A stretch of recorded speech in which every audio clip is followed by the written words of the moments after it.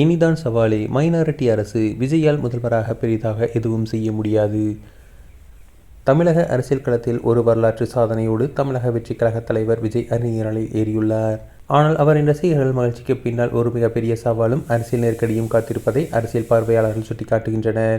120 எம்எல்ஏக்களின் ஆதரவுடன் விஜய் ஆட்சி அமைக்க உள்ள நிலையில் இந்த ஆதரவு அனைத்தும் திமுக கூட்டணியில் இருந்த கட்சிகளிடமிருந்தே கிடைத்துள்ளது என்பதுதான் இங்கு கவனிக்கத்தக்க விஷயமாக உள்ளது.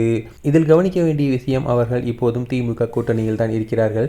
விஜய் தனது அரசியல் வருகையின் போது ஊழலற்ற நிர்வாகம் மற்றும் பழைய அரசியல் முறைகளுக்கு மாற்றம் என்பதைத்தான் பிரதான முழக்கமாக முன்வைத்தார்.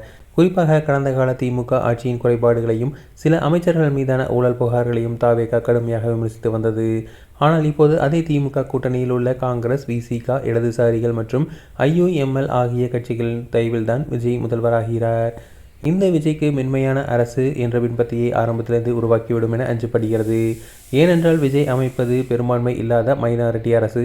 கூட்டணி கட்சிகள் ஆதரவை வாபஸ் பெற்றால் ஆட்சி கவிழும் என்ற நிலை. விஜய் தன்னிச்சையாக எந்த ஒரு அதிரடி முடிவையும் எடுக்க முடியாத சூழல் உருவாகியுள்ளது.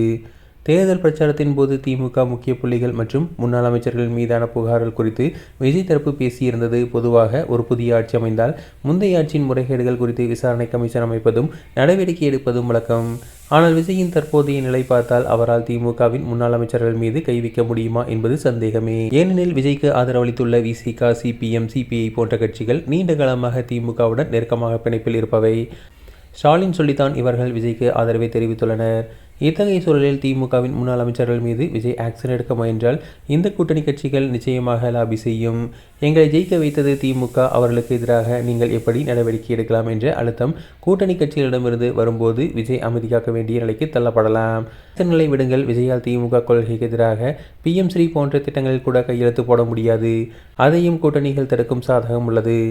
ஸ்டாலின் தனது கூட்டணி கட்சிகளை விஜய்க்கு ஆதரவு அளிக்க சொன்னதன் பின்னணியில் ஒரு மிகப்பெரிய ராஜதந்திரம் பிறப்பதாக கூறப்படுகிறது. விஜய்க்கு ஆதரவு தந்து அவரை முதல்வராக்குவதன் மூலம் அவர் தங்கள் மீது எந்த நடவடிக்கையும் எடுக்க முடியாதபடி முடுக்கிவிடலாம் என்பதுதான் ஒரு கணக்காக இருக்கலாம். இதன் மூலம் விஜயின் ஒரு பொம்மை முதல்வராக அல்லது கூட்டணி கட்சிகளின் நிபந்தனைக்கு கட்டுப்படக்கூடிய ஒருவராகவே நீடிக்க வாய்ப்புள்ளது. ஒரு முதல்வர் சுதந்திரமாக செயல்படும் போது மட்டுமே லஞ்ச ஊழலற்ற நிர்வாகத்தை கொடுக்க முடியும். ஆனால் ஒவ்வொரு கோப்பிலும் கூட்டணி கட்சிகள் ஒப்புதலுக்காகவும் அவர்கள் லாபிக்காகவும் விஜய் காத்திருக்க வேண்டியிருந்தால் அது தாவேகாவின் தனித்துவத்தை பாதிக்கும். ஆனால் மென்மையான அணுகுமுறை என்பது அவர் அரசியல் எதிர்காலத்துக்கு சவாலாக முடியலாம்.